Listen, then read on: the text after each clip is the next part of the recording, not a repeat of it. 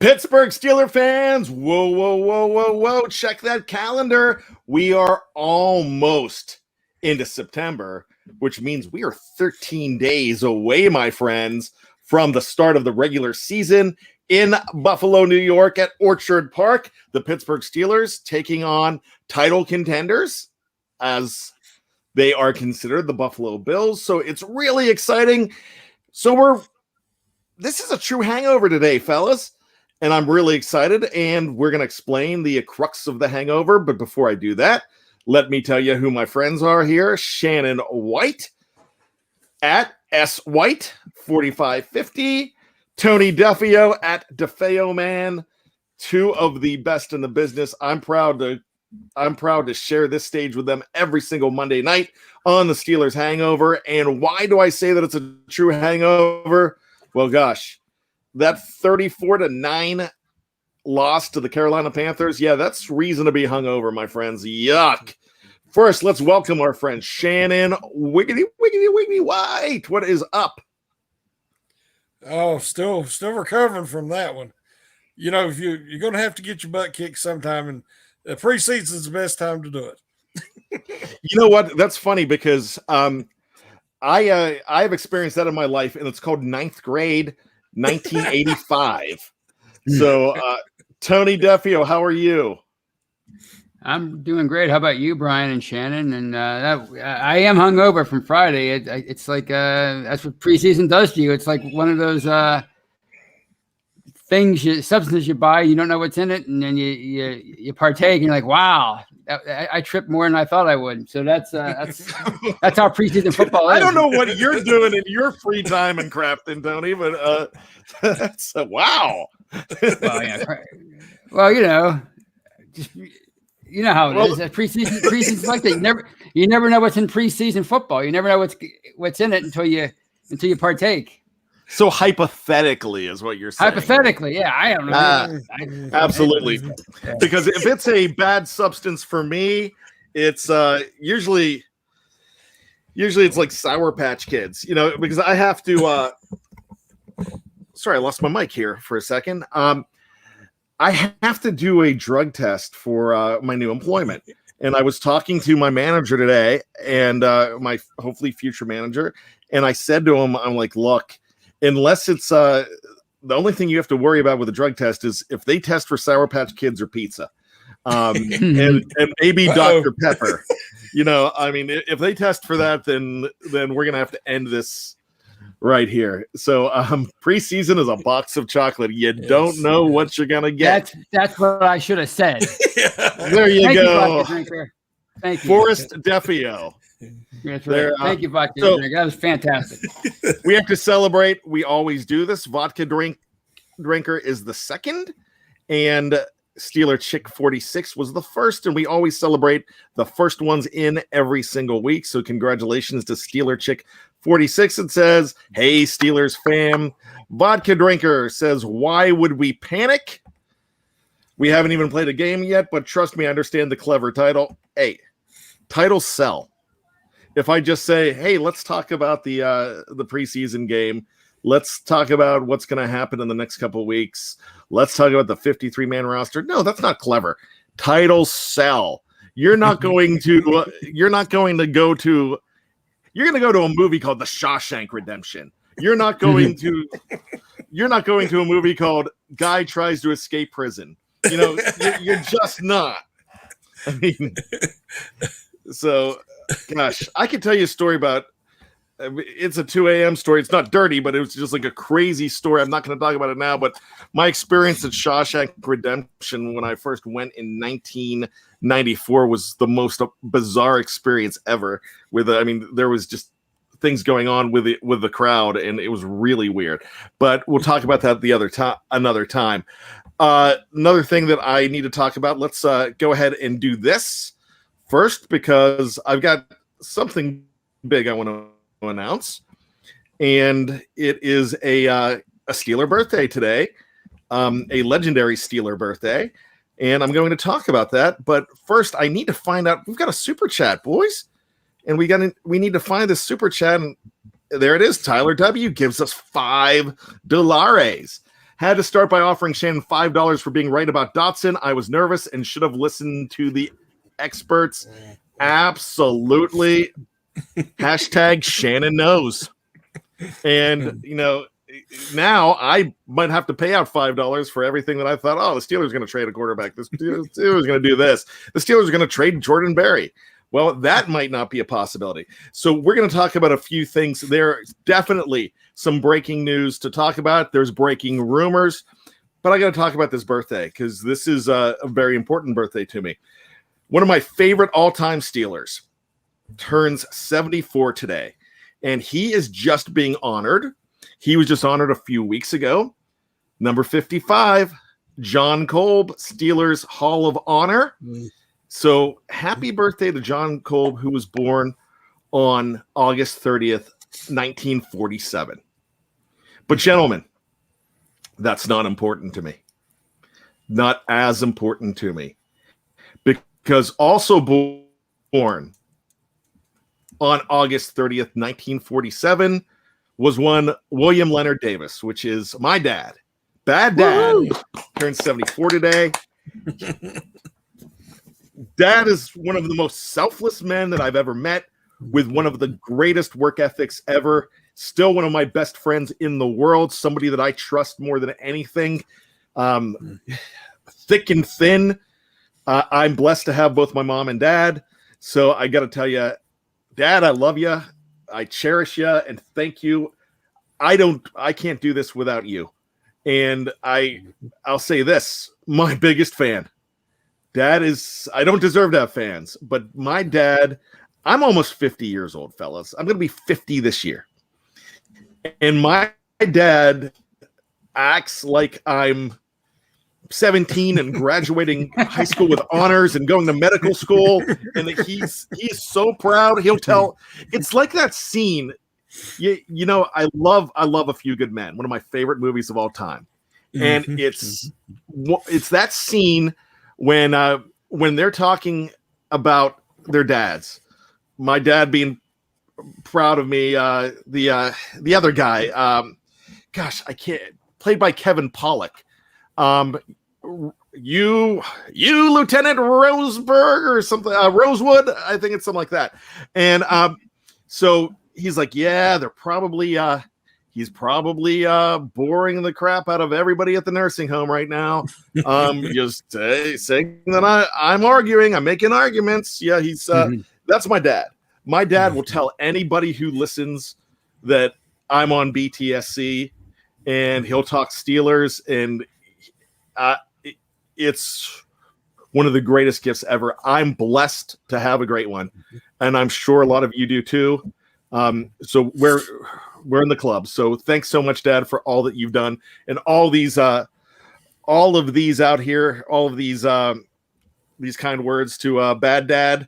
I love it. And if you didn't get a chance to see the Father's Day special where he came on Tales from 2 a.m., he stole the show from me because I was an afterthought. Sure did. You know where I get it. You definitely know what Dad's a Vietnam era veteran, and he's the best. So, Dad, I don't know if you're listening tonight. You usually always do. God bless you, man. I love you. So let's move on. Tomorrow at 4:00 is the deadline. Now, this is a weird year because, and it's all going to be weird years because we are used to every single year, every single season, Labor Day weekend, we're used to the fact that there's going to be cuts around 3-4 o'clock, and we're going to get the whole list. We're going to know who everybody is. Now, because on Saturday, we ended up with a list of about 9 guys on Saturday. A couple, we found out about outside linebacker Jamar Watson today. And then we found out, my gosh, I tried to get a hold of Jeff Hartman. There is a party at the Hartman house right now. I don't know if the family's celebrating, but Jeff is, because Presley Harvin III is rumored to be the punter. Now, it looked like Tom Pelissero just confirmed it right before we went on that Jordan Berry is about to be cut. I thought they were going to actually try to trade him for a 7th round pick. He's gonna sign with the team. He had a really good preseason, but the problem with Jordan Berry is there's consistency. He's great with competition, and then the weather turns, and so does Jordan Berry. But I want to say this: if this is the last time that we've seen Jordan Berry in a Pittsburgh Steelers uniform, I do want to say this: we did have some great years. We had some good punts. We, I'm the guy, once a Steeler, always a Steeler. Thank you for your time here in Pittsburgh. So I want to ask you fellas, what are your thoughts on what is believed to be, and I'm still going to say this because the cuts are going to be made official tomorrow. They're still kind of rumors because it has not happened. But what are your thoughts if this is true? I'm going to start with Shannon White. I think that it was time. I've tried to explain to different people about, like we said, when the weather got colder, Berry's efficiency and consistency went down. But how do you really test, Harvin, in the, hot August training camp and preseason? I would have put him on a plane and flown him somewhere where it was, freezing but cold, and got him out and made him punt with a polar bear charging at him. And if he could still punt good, then I'd say, okay, well, we know he can do better. But I have more faith that, because he didn't kick in cold weather climate, in college either. But I still think that we know that Berry struggles with that. So I think it was time to move on. Eastern Kentucky, I believe. I knew a woman, and this was right when he was about to make the roster, that her fiance, then her husband, played college football with him, and I talked to him. He was a completely nice guy, and he had talked to Jordan Berry right when he got the gig, because it was a surprise when he got it over Brad Wing way back, and I think we're talking 2015 maybe. So with that, he was talking about how he was excited. Remember, this was a guy that in the offseason, he was working midnight shift at a Melbourne, Australia McDonald's. And he went back to Australia, and then he got the Steelers gig, and he was here for a long time. Now Jeff is definitely Jeff has strong feelings about the punting. One of our good friends, Dennis Sheridan, just said, I forget exactly what he said, but it was to the effect that Berry wasn't terrible. Here it is, which is the best I'll say about him. I don't think he was terrible. I agree with Dennis. I like that assessment. But for me, I love what we're getting out of Presley Harvin III. Now, there were a lot of nervous people, especially Jeff Hartman, when that extra point went bad the other night, because Harvin was the one holding, and that could have been a factor as well. They think about some things like that. So Tony, with Presley Harvin III, what do you think? Do you think he brings an excitement that can't be quelled to Pittsburgh? So far, but I mean, he's got to continue to. He has to outperform Berry eventually, if not right away. Certainly, sooner rather than later. Maybe by the end of the year, he has to really, he has to be consistent. Like Shannon said, he hasn't really kicked in the cold, so he has to prove that he can do that. And if I'm Jeff Hartman, I don't know if he's ever seen Friday the 13th, part 85, but Jason keeps coming back. And last year, Dennis Colquitt was signed in favor of Berry. They cut Berry last year, and they had to bring him back. So, Berry's gone, but I'm not ready to close the door on his Steeler career just yet because he keeps coming back. And but I'm excited about Harvin, and he didn't blow out Berry as far as competition in the preseason, but he hung in there with them, and he proved that maybe he belongs. As far as the missed extra point, and him holding on Saturday. I mean, Chris Boswell's missed some extra points in this day, so I'm not ready to attribute that to Harvin's holding just yet. So I mean, I think he can be he could be a fan favorite, but he has to continue to improve. He did look very angry, and that's Boswell when that kick sailed.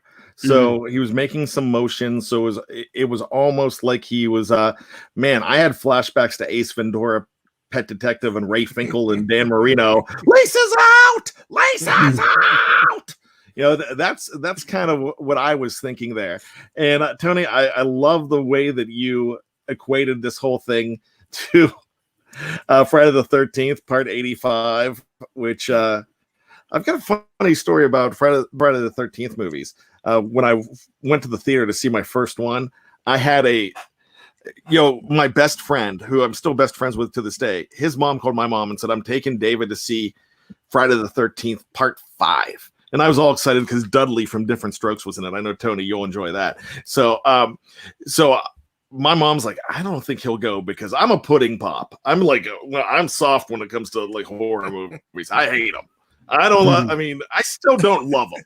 You know, my wife loves American Horror Story and stuff like that. I'm like, yeah, that's too much for me. So yeah, I'm a wimp. I don't care when it comes to that kind of stuff. There's things I'll be tough with that I'm not. So I bought the biggest thing of popcorn ever. I got this big thing of popcorn, butter, and every time, when someone's going to get killed in those movies because they're doing the right. Yeah, there you go. So it's going to happen. So here I am, 12 years old, got this big thing of popcorn. Every time somebody was going to go ahead and get killed, my face just went on that popcorn. I never saw anybody get murdered the whole movie. Here's the worst part. Next day in school, we were in chorus. The microphone was on. I went up and went. So I started doing, I'm like, yeah, I saw this movie. It was awesome. Yeah, like big man on campus. And I never saw a thing of it. But anyways, so I like to equate this whole thing, and I've done this joke before. It reminds me of Rocky 2. And Jeff's fears, really, they're true because Jordan Berry keeps coming back. And I think of Duke in Rocky 2, and Apollo is hell-bent on fighting Rocky again. And he says to him, they're in a boardroom, and Duke's wearing like a suit. He says, Apollo, I've seen you beat this man like I've seen no man be beat before. And the man kept coming back. He's no good for us, baby.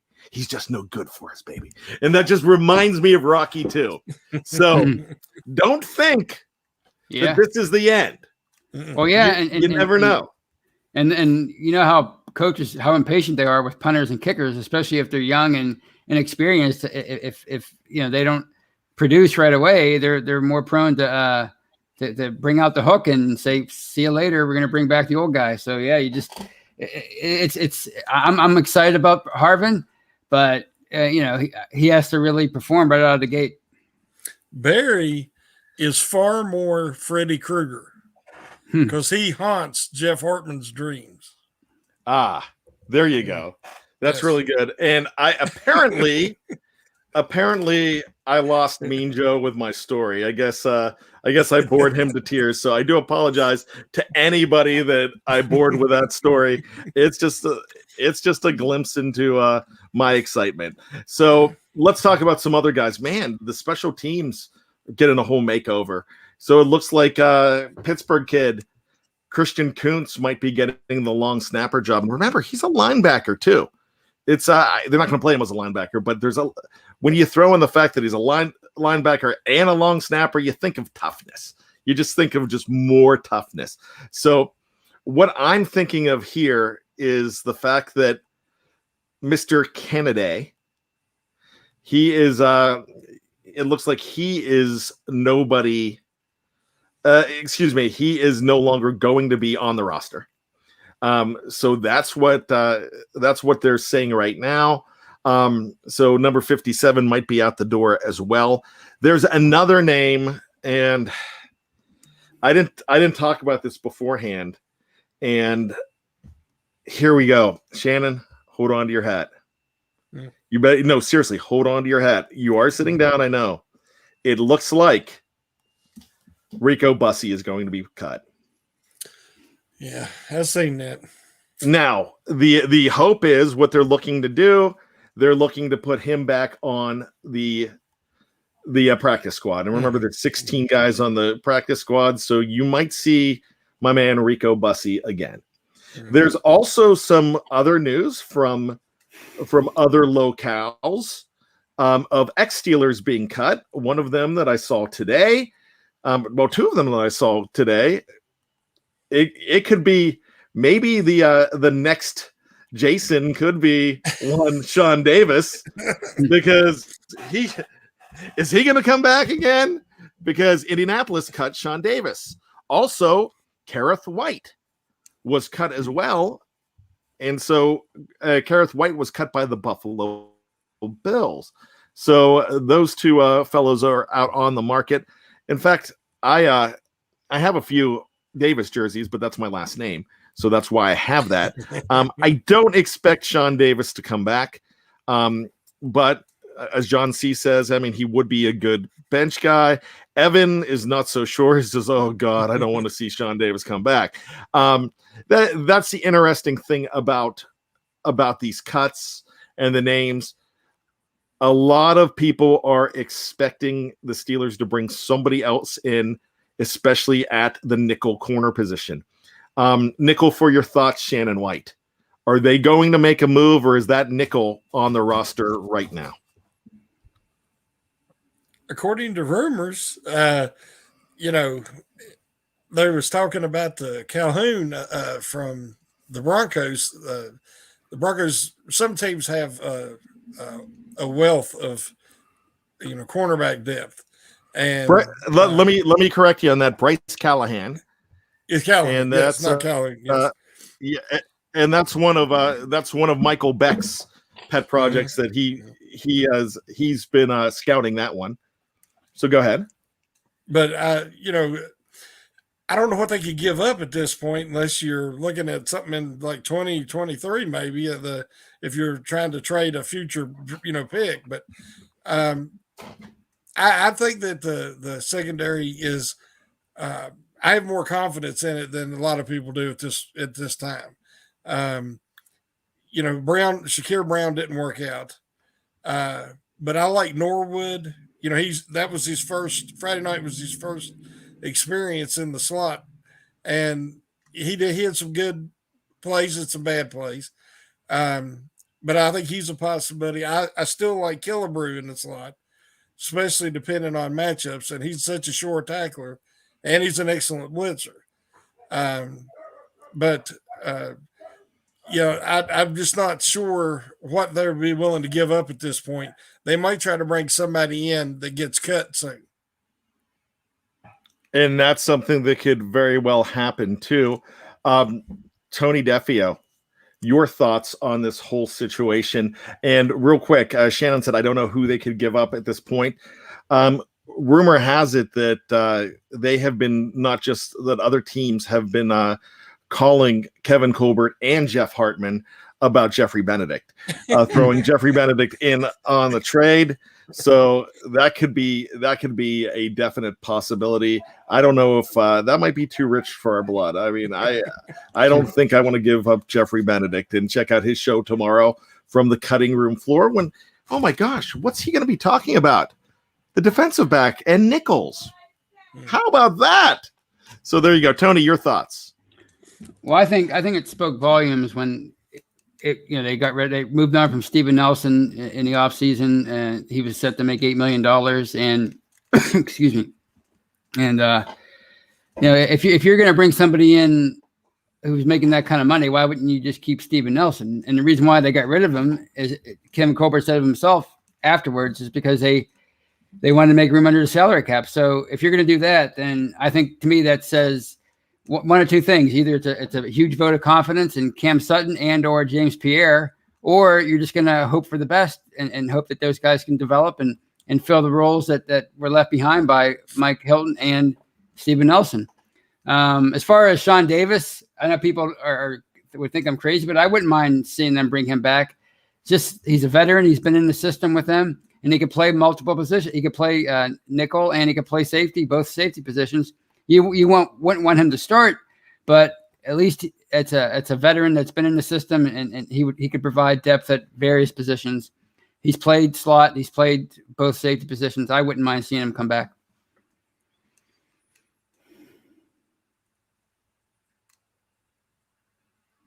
And remember, at this point, you're going to thrift shops. Unless you make a trade, you're not getting impact. You're getting somebody for the bottom of the 53-man roster to in case of emergency break glass. Right. So that's a guy to look at. And speaking of trades, Chris Pugh, who is one of our very own from the Steelers Power Half Hour. If you have not had a chance to check that show out, you're missing out. That's on audio only on Saturdays, where Chris and Joe and Paul, they do power rankings, and it's a lot of fun, and I love it. Third rounder for Jag, CJ Henderson. My gosh, it's getting to the point. I mean, yeah, I would give up a third rounder for a guy like CJ Henderson. The problem is your draft is depleted now. And I don't, unless you trade a backup quarterback, which is going to be a lot harder to do at this point, there's really nothing left to trade except for a James Washington as well. So it's that would be difficult, but everybody would love to see a guy like CJ Henderson. And so there's a lot of things to talk about. And so my question here, okay, so Kevin Colbert says Henderson is traded already. If that has happened, I don't believe that I know about it. So what we're going to do is Andrew Wilbar says bad, just wants me to have nothing to scout come draft time.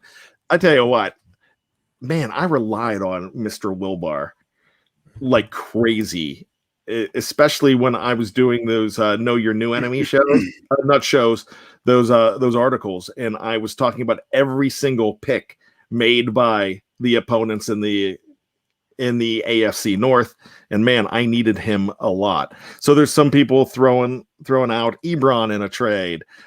People are saying no to Washington. I mean, man, I would like to keep all of those offensive weapons if you could at this point. I'm one of those, and I think you guys would agree with me that Ebron does not. There's kind of this perception that Ebron drops every single pass thrown to him, and I just don't feel like that's the case. I think last year the stats said 7 in a 16-game season. So that's just my thought there. But let's go ahead and do this. And speaking of the AFC North, could a former Steeler be joining a rival in the AFC North? Could we be seeing this guy twice a year? Well, that's a rumor too. We will talk about that when we come back right after this on the Steelers Hangover. Stay tuned, my friends. We're coming back. If you're on audio only, do us a favor. Go ahead over and switch on over to number 2.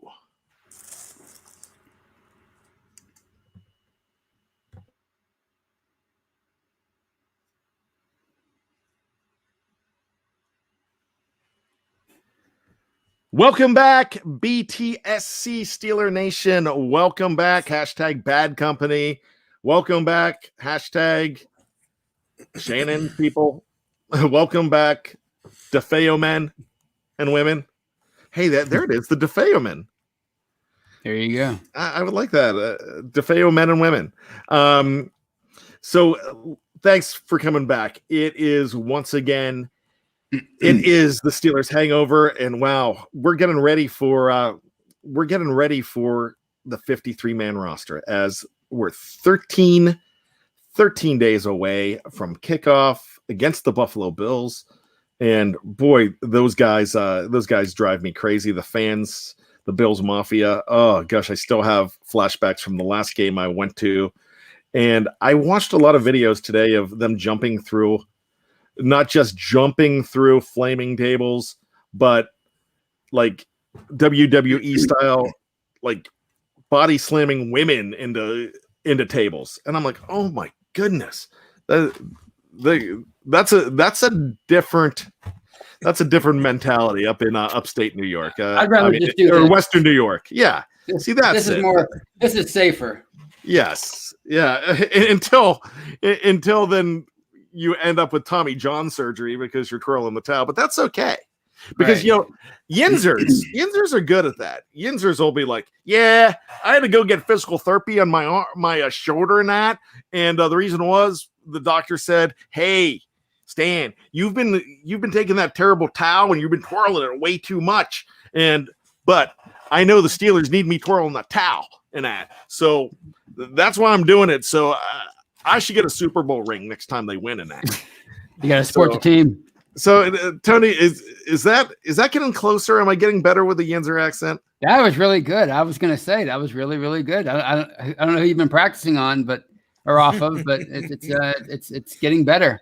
Well, Dave and Jeff, they're on me for my accents. They think I do the worst Yinzer accent, the worst everything accent. I mean, gosh, and I grew up in Western PA, and Johnstown is still Western PA. I hold true to that. But anyways, so let's talk about this. And we're talking about the confidence or time to panic, and we're going to get to that a little bit. There's some people panicking now, and there's some people saying, no, it's okay. They haven't played a game yet. We're going to get into that. But I teased this earlier, and this is a guy we want to talk about. Mr. Buck Naked and Robbed. Yes, one Juice Le'Veon Bell could be going to the Baltimore Ravens. There's a possibility. Now, it looks like that reports are coming out of Charm City that they are not going to be going after Todd Gurley. And it could be a guy like Le'Veon Bell. Wow, that would be really interesting. What do you think, Tony? Do you think that's a possibility to see number 26 there in Beemore? Oh, it's definitely a possibility. But as far as him being a major contributor, I think he's been washed up since at least 2019. I mean, 2017, you kind of see his decline, even though he still had a really good year. 2018, he held out the whole year, so you really couldn't tell where he was as far as his wear and tear. But since 2019, he's done basically nothing. So, I mean, if they get him, fine. It'd be fun to, talk about twice a year, or twice during the regular season. But I'm not worried about that as far as him making an impact for them. Shannon White, your thoughts? If he signs or not, I'm not concerned at all.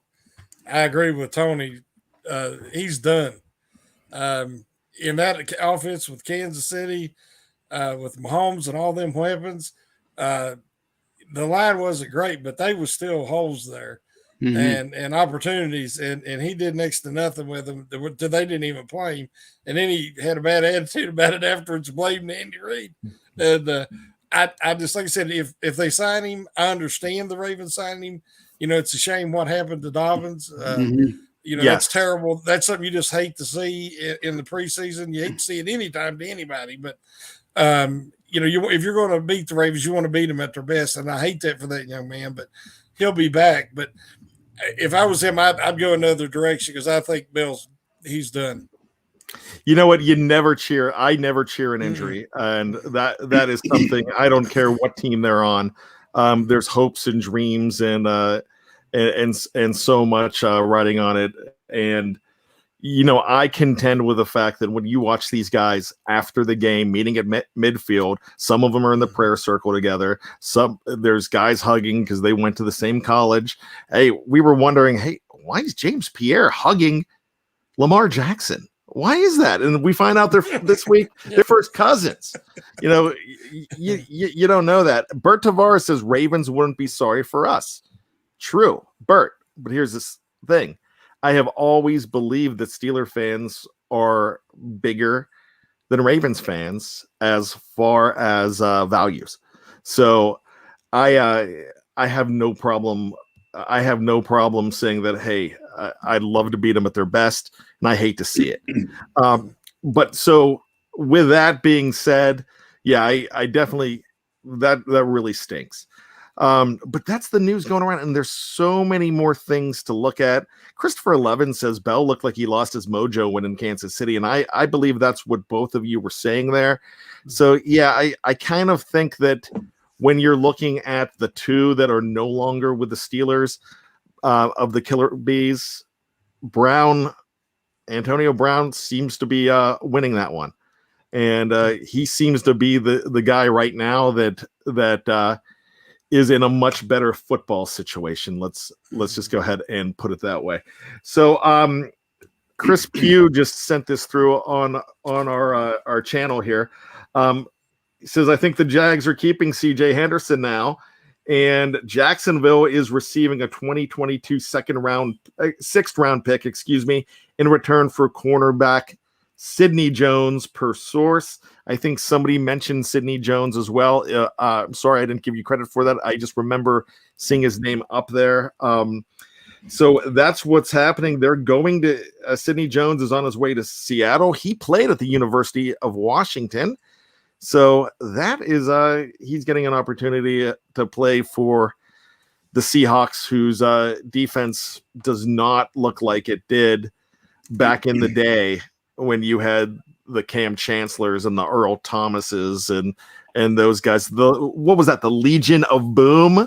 Is that what they called them? Oh, that was a great run they had for 2 years there. What a great nickname though too. Legion of Boom. I gotta love that. It's still not the Steel Curtain, but Legion of Boom. That's bad Apple stuff there. I like that. Let's talk about this before we get on to the main topic. And we've talked a little bit about confidence. We've talked a little bit about panic already, but we're going to get into that. There's a lot of people that were panicking today, and they were panicking when they saw one JuJu Smith-Schuster on Twitter doing the milk crate challenge. And the milk crate challenge is new to me. This is where I start feeling like an old man. I don't feel like one. I'm like, what? They're doing like an obstacle course on milk crates? Really? I mean, is that what this is, guys? But I watched it. Now there's some people saying, hey, look, he had spotters. But most of the public, most of Steeler Nation, most of the media are saying that this is, once again, youth gone wild and, just not thinking about his playing days, not thinking about the team. So my question to you, I'm going to wait. Tony's going to go last on this one. I'll go to Shannon because Tony has a rant coming on. I've known Tony for a long time. Tony's got a rant, and we're going to let him roll in a second. So Shannon, I'll go ahead and say this. Most guys, and we know it, we're dudes, okay? Most guys don't reach their maturity until 25 to 26. And I'm still waiting to do that. I'm hoping that once I turn 50 that maybe the maturity is going to come. All right. So I think it's going to come there. I think there's I just don't think, do you think that this is something that JuJu does not think that he's jeopardizing the team when he does this, Shannon? Usually there is clauses in these contracts, and if you get hurt, doing certain things. I used to know Ron Gant, and he was a baseball player for the Atlanta Braves back in the day. No, he was a baseball player. He's Ron Gant. Ron Gant was good. He was great. And he was riding a dirt bike in the offseason and wrenched his leg up bad. And, he ended up, he was just a superstar for the Braves, and he missed the whole season, and he was never the same. He had some good years with the Reds, but what guys do in the offseason and off the field, can be, if it's dangerous, now, of course, JuJu has good bounce and everything like that. I'm more concerned with some of these decisions. Is he thinking that, he's a lot about his brand, and he tries to make decisions there. But if he got hurt doing something like that, he could really hurt himself in his contract situation. That would be my main concern because it's kind of funny actually, but he's going to get a lot of flack. I'm sure that one radio personality, I ain't going to mention his name. I'm sure he'll love to nail him on that one, because he don't like him anyway. That's absolutely true, and so I agree with that. A lot of people, I mean, I want to bring up my buddy Dennis again, and I like this a lot. No, he doesn't, which he's referring to. He doesn't think about these things, just like AB in that regard. But JuJu is light years more mature than AB, and so there's a lot of people.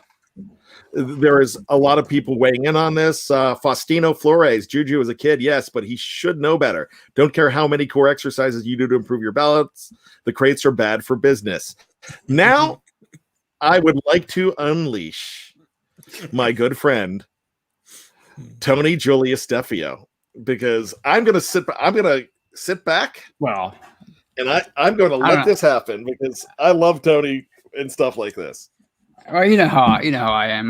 This stuff just doesn't matter to me at all. I mean, like with the Devin Bush thing from a couple months ago now, I guess I had to tread lightly there because it involved an animal, and even though he had nothing to do with that, he just retweeted something. But this, I mean, I watched it, and I'm like, if I didn't know if I didn't know anything about social media, and I just watched that guy do this challenge, I think, oh, that's pretty funny. It's pretty funny, he did this stupid milk crate challenge like everybody else is doing. I don't know what it means to me. I would it doesn't resonate with me, but I would think, oh, he's having. I hate to say having fun because people make fun of that with JuJu, but it didn't look that dangerous to me, honestly. I mean, it didn't look that this guy in particular, he goes over the middle all the time. He's a tough receiver. He knocked out Vontaze Burfict with a block. He does crackback blocks. A lot of these guys do flips in the end zone after they score touchdowns, and we're worried about this guy doing a milk crate challenge, and he didn't even fall. Okay. He did it once. He didn't even fall. It's over now. And yet we're going to talk about this probably for the next week until something else happens and they do something else, but this is everything with JuJu. This is a guy that should be a fan favorite, and he really is by and large, but the media keeps trying to drag him down. Every time he does something, it's like they go on their soapbox and they're like, oh, this is why they don't win. His priorities are out of whack. He was dancing in the playoff game when they were losing. Just give it a rest. Let the guy go.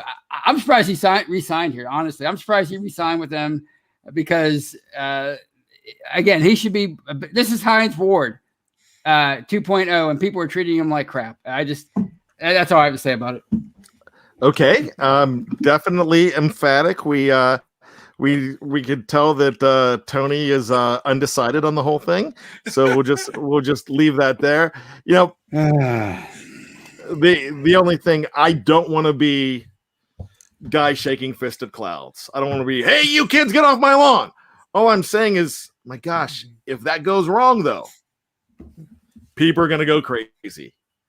I'm not worried about it either. I'm just going to say, when one of those moves goes wrong, it's going to be the wrath of Khan here.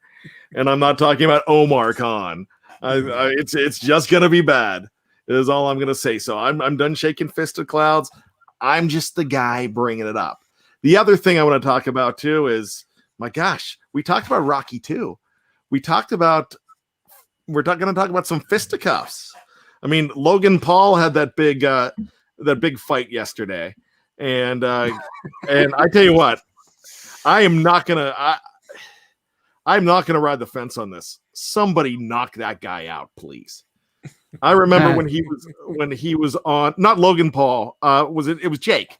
Logan's his brother, so Jake had the fight, and Josh Parker says Jake is a Browns fan too. They actually what he came out in with like all this Cleveland stuff on. I didn't see any Browns on there though. I saw Cavs and Indians like crazy, but all I'm saying is somebody knock this dude out. I would love to see it. But anyways, why did I even bring him up? Oh, there was a fight. There was a fight in practice today. And now this is just not undercard stuff.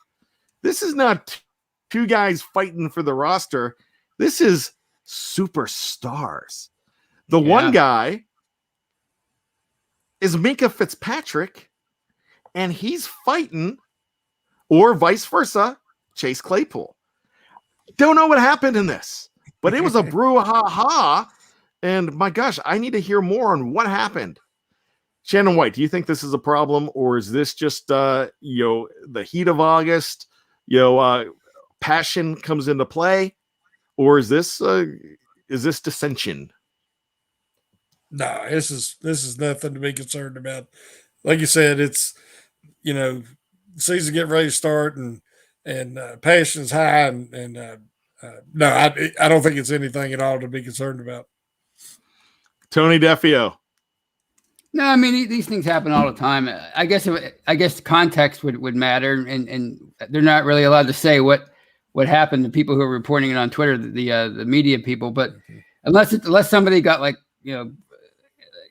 really went after somebody else, and there were punches landing, and somebody got his nose broke, or they were using weapons. Like remember 20 years ago with the big brawl in the locker room during training camp, and somebody was swinging a chair. I forget who it was. That was like Jason Gilden or something. And Ed Bouchette said he was using the shotgun method. He was swinging at everybody in sight. He didn't care who it hit.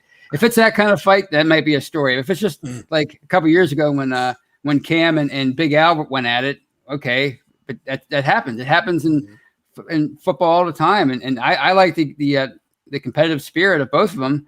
They're this close to the season, and they're fighting in camp or in practice now. So I think it's unless it's something really egregious, I don't care.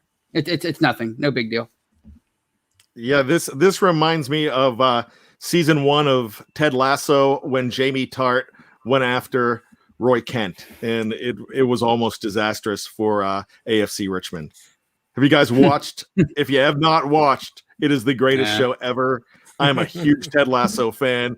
Somebody watch that show so I can talk about it, please. I'll do a whole podcast. I have to watch it. I'll do a podcast just talking about Ted Lasso if I could.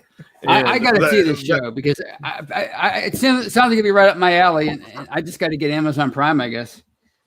No, it's Apple. It's Apple TV. Apple. I tried Apple. Okay. Yeah, Tony, I'll give you my password. That's how much you got to watch this show. So somebody can talk to me about it. Oh, is that bad? I mean, I got it free because I got Sunday tickets. So I mean, hey, if it's free, it's me. I paid a lot for a Sunday ticket. That drives me crazy.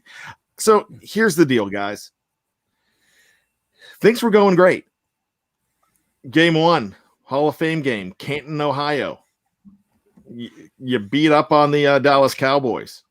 Week 2, hey, you turn around, you win a preseason game against the Philadelphia Eagles, and you had to come back a little bit in that game. Preseason game number 3, you brought your starters in, and you looked really good in the first half against the Detroit Lions. And then, now, apples to oranges, the Pittsburgh Steelers were playing a lot of 3s and 4s. They had some starters out there, but you had a lot of number 1s because of the fact that this was the final game in a 3-game preseason for the Carolina Panthers, final game for the 4-game preseason for the Steelers, and those guys weren't out there. Still, how bad of a taste did that leave in people's mouths? So my question to you, Shannon, where is your confidence? Are the Pittsburgh Steelers in a confidence room right now, or are they in a panic room? I really do hate that last preseason game. I've had many opportunities to go to Carolina and watch it. People's tried to give me tickets, and it's bad enough to watch at home. I don't want to sit up in the nosebleeds and watch that game with a lot of guys who are not going to make the squad. And it's mainly, if you're a good team, it's mainly a way to find out what your, 2 or 3 guys who may be on the fringe, on the cusp of making the team or not. You're not going to play any starters. If you do, like this year, the Steelers played some of their starting line to try to get them some work. But that because they're still not settled on the line for sure going into this first game. So, but other than that, pretty much it was backups across the board. Now I was watching to see how Jameer Jones did, to see how James Fair did starting on on the outside, and I was focusing on certain guys. So it wasn't as my confidence is not shaken. If they'd have went out and won big against Carolina's starters, I would have been impressed. But it wasn't going to affect my confidence that much either way. So it didn't shake me that much. It just was very boring. Tony, what are you thinking? Actually, my confidence was solidified or strengthened, heightened with the third game with Ben playing the way he did and the team overall playing the way it did. And I mean, you could say it was kind of a similar situation to what we saw on Saturday because the Lions weren't necessarily playing their best players and they're a struggling team to begin with. Whereas that was the dress rehearsal game for the Steelers. This game, the Panthers they had a different agenda. They're playing their starters. They're trying to Matt Rule, that's his name, the coach. He's trying to create a culture there, an identity. They're a struggling franchise, or at least they have been the last couple of years. So he's trying to establish an identity. And the Steelers, their agenda was looking at younger players and protecting their valuable ones, their starters. So I'm not surprised that it was a lopsided game. It would have been nice to see some of the youngsters show out and really have a big game, but it doesn't mean that I'm worried about the depth necessarily overall. Absolutely, fellas. I agree with that. But I could speak for senior editor Jeff Hartman and myself when I say this, that, man, we were dreading doing that post-game show. So I just wanted to go to bed at that point. Yeah. I'm like, we've got to take care of some business. And so, we just about a year ago, we had to go see the counselor at my daughter's school. And there was nothing wrong, but there was some things that we were talking about. And in that meeting, man, I took offense to something that she said. She said, well, in talking to you, I would just like to say that I think you have adult attention deficit disorder. And I was like, really? Really? You say that? So the reason I'm saying that is I want to just address my friend Napoleon and Rags. WTF is bad talking about. I wish he would focus. I just can't at this point. I'm the tangent king. I do that to Mrs. Bad all the time. I go off on tangents. I cannot help it. So for me, I still have confidence in this team. And I think about something when I'm looking at the 2021 Pittsburgh Steelers, and this is what comes to mind. We were looking at guys like Dwayne Haskins, and a lot of people are asking about where do we see Dwayne Haskins. Now, a lot of people have less confidence in Dwayne Haskins. Dwayne Haskins it didn't matter that he was playing against ones and twos the other day. He didn't have his best day. But how much would you like to see Dwayne Haskins when you don't want this because you want Ben in there. But if you have Dwayne Haskins in there and he's playing with Najee Harris and he's playing with Chase and JuJu and Deontay Johnson and Freiermuth and those guys with the offensive line, and he's getting supported by the number one defense, he's going to have a lot more help, and he's not going to be out on an island. So when people are talking about Dwayne Haskins, I just want to caution you and say that he was kind of out on an island in that game. Are we ready to anoint him the man in waiting, the QB1 in waiting? No. But I still think that there is a reason to keep a player like that on the roster. So with that being said, fellas, we got a couple more minutes here. I said it was going to be a short show tonight. I knew it wouldn't be because we're so excited with everything going on. So I'm going to throw some names at you, and I'm going to just throw one at you, and let us know what you both think about this. Benny Snell Jr. Stay or go? Cut. Go. Shannon? Yeah, Shannon? Cut. I'd say cut for sure. Kalen Ballage is so exciting. I just can't see them not having room for a guy like him. So with that being said, let's stay in the running back room. Jalen Samuels. Tony, start. I'm going to say keep. Really? Or stay. Okay. Yeah. That's Shannon a White. Cut. There you go. Let's go ahead and go on the defensive side of the ball. Ulysses Gilbert III. Shannon? Cut. Tony? Unfortunately for him, cut. Isaiah Bugs. Tony? Keep. Shannon? Keep. Isaiah Loudermilk. Shannon? No, keep. Tony? Oh, yeah, keep. Okay, here's a question for you guys. I asked on the show yesterday.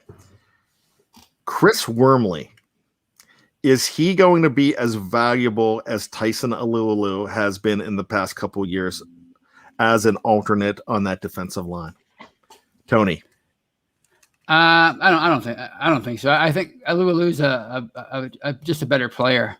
A higher pedigree, former first round pick. So no, I think he can still be pretty good, but he won't be as valuable as Alualu. Shannon?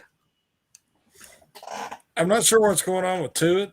I don't see how he can come back and start week one and hasn't been hitting at all. That's a recipe for disaster. Talking about getting hurt. So I think Wormley's going to have to play. And so, that's going to make him very, very valuable. I don't think he's going to be as good as the Lulu, who, was close to being a Pro Bowl player last year. He was that good. But I do think Wormley is much better this year. He's heavier than he was last year. He's playing more physical and stout, against the run. And he's very valuable with the situation with Tuitt right now. I think Wormley is a guy that we will all love in the next couple of years if he is still a Pittsburgh Steeler. I think he is very valuable on that defensive line. I'm just going to say, yeah, I think he is. Now, speaking of Tyson Alualu and Stephon Tuitt, Tyson Alualu comes out today and says that Stephon Tuitt will be ready in week one. That's, Shannon talked about that early on, and I know what you just said. You don't see where he could be ready. And so I'm not going to go ahead and we're not going to go ahead and revisit that. But yeah, I agree with you, Shannon, that it would be awfully tough just to jump right in. But I got to say, Alualu knows more than we do right now because he's playing right next to him. Well, hasn't been playing right next to him, but knows what he needs. Mark Cabali just came out with this. The Steelers don't have plans on re-signing Shakur Brown to their practice squad per source. The Steelers gave him the highest bonus they ever gave out to a rookie undrafted free agent, $25,000, and they are not planning on bringing him back. The Falcons, according to Jeremy Fowler, are releasing pass rusher Tuzar Skipper. Tuzar's back. Not in Pittsburgh, but he's back on the market, baby. Oh, man. I thought he was one bad apple. I was like, that guy has the look. I loved me some Tuzar Skipper back in the day, but I always laugh at the guy who bought the Tuzar Skipper jersey. And next thing you know, he's like, he's on the Giants. It's like, man, we're the same number. You just get some markers out there. Hey, Brad, yes. Hey, Skipper, it's a great name, and like you said, he had the look. But he, like Jameer Jones, is a more well-rounded, complete player. 4 games, 4 sacks, led the team in special teams tackles. He was everything this preseason. People want to compare him to Skipper, but Jones is far ahead in his development and is a complete player, and he offers more to the Steelers than Skipper ever did. Yeah, but I think agree. a lot of it was the way he looked in that name, and he had everybody excited. I remember I was super high on him. I mean, he had a mean look too. But here's the thing. Here's the thing about that, and I'm going to back you up with what you said there, Shannon White, but I'm going to back it up this way. And how I'm going to back it up is simply saying this. In the first and second quarter, Jameer Jones was getting to quarterbacks. Tuzar Skipper was doing it in the third and fourth quarters.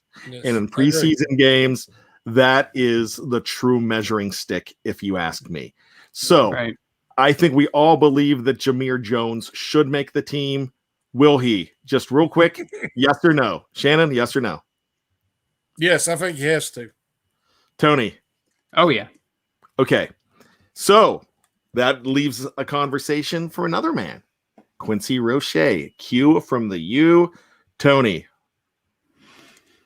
It all depends. If they keep 5, I think he makes it. It just depends what they want to do. You know, sometimes they go 4 and 5, 4 inside, 5 edge. Then they'll do 5 edge, 4 inside. It just depends where they're going there. Jameer has to make it. Man, I see a lot from Q from the U as well.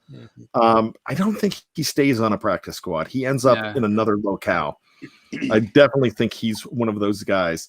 So, Shannon, we're going to wrap this up, and I'm going to ask you this question. Who from the defensive backfield is going to be gone?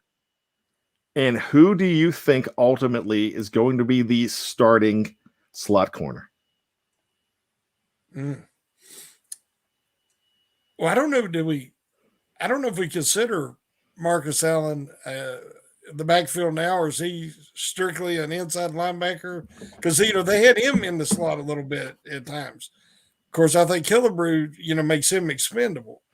And if we're going to keep 5 inside 5, edge guys or outside linebackers, then you're going to have to get rid of one of your defensive linemen you don't want to get rid of. So I think Allen could be gone. And I think that, again, it's going to be a committee. I think it's going to be Sutton in the slot, Norwood maybe, and Killebrew. And then I think Mallett makes the team, and because he's can do a little bit more than all of the rest of them. All right, Tony, I'm going to ask you a different question.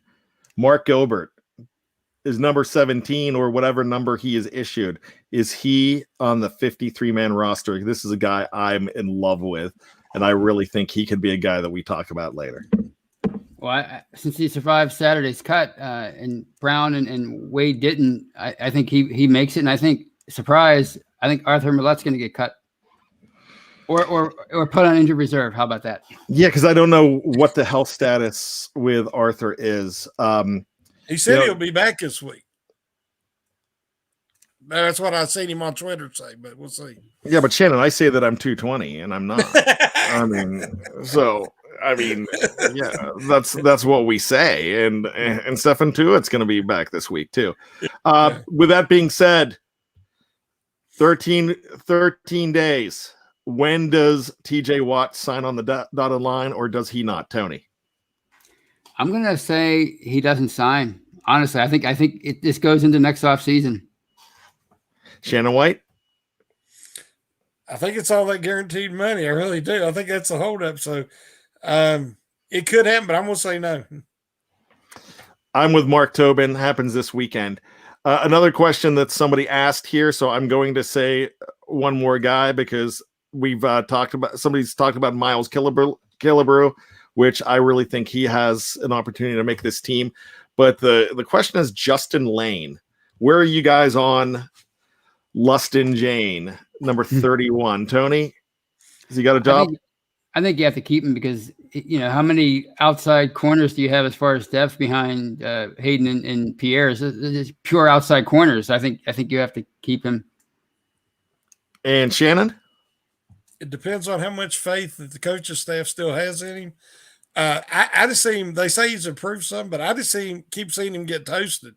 I actually like Mark Gilbert better, but the pedigree might keep laying around. Here's my hot take: Najee Harris makes the 53-man roster, and he starts on opening day. So what a garbage take! Garbage take. There you go. So, ladies and gentlemen, thank you so much. We cannot do these shows without you. It is not possible. So thank you so much. Once again, Bad Dad, my dad, William Leonard Davis, along with the legendary John Kolb, have 74th birthdays today. For me, I got to go with Bad Dad, Sweet Willie. I love you. Happy birthday once again. Thank you for making me a Steeler fan, because that's why I bleed black and gold. It's because of that fella right there who went to the Super Bowl, took my mom and didn't take me.